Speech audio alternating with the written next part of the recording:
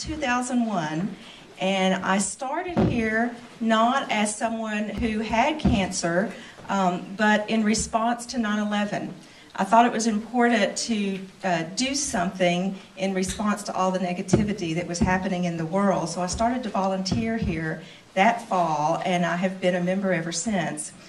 It was really appropriate for me to come here because so many members of my family had died of cancer.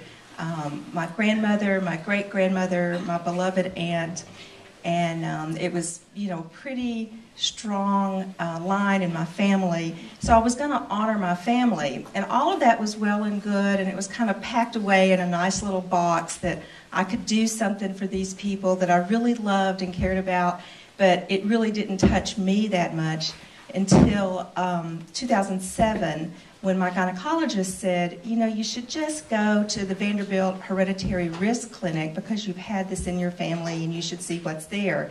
And like everybody else, I thought, well, my mammograms have been clean and I'm fine and what's the big deal?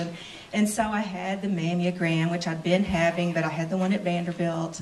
And then they scheduled an MRI, and I canceled it, and they rescheduled, and I canceled again. And on the third time, I finally kind of got down there, at which point they said, oh, you need to go see someone else that I'd never heard of. And so I was supposed to go to the breast clinic at Vanderbilt, and I saw Dr. Mazzoe, who said, we're gonna do this MRI again. It's probably fine. There's no issue there.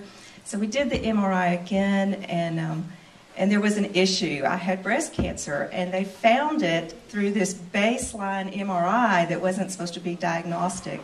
And the technicians have told me, I've never really verified this, but the technicians have told me I was the second person at Vanderbilt, and still of a very small group, that they found cancer through an MRI with no real hint of that beforehand.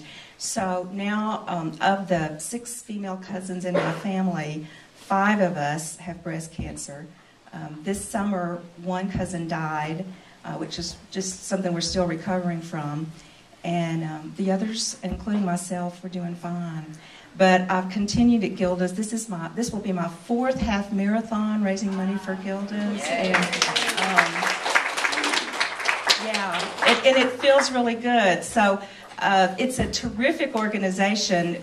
The one thing I left out that I had on my little cheat sheet is that the minute they told me I had cancer, I called Felice at Gilda's, and those of you who know Gilda's well know Felice, and I said, what do I do? The doctors say I have cancer, but I don't know what to do about that. So immediately she got me in a group, and I was in the group for a couple of years, and this is just the thing that makes you feel like you are doing something that it matters. So personally, I appreciate each and every one of you being here. It matters a lot to those of us who've had cancer, and I know a lot of you have, and people in your family have, and if you've never been touched by it, we thank you.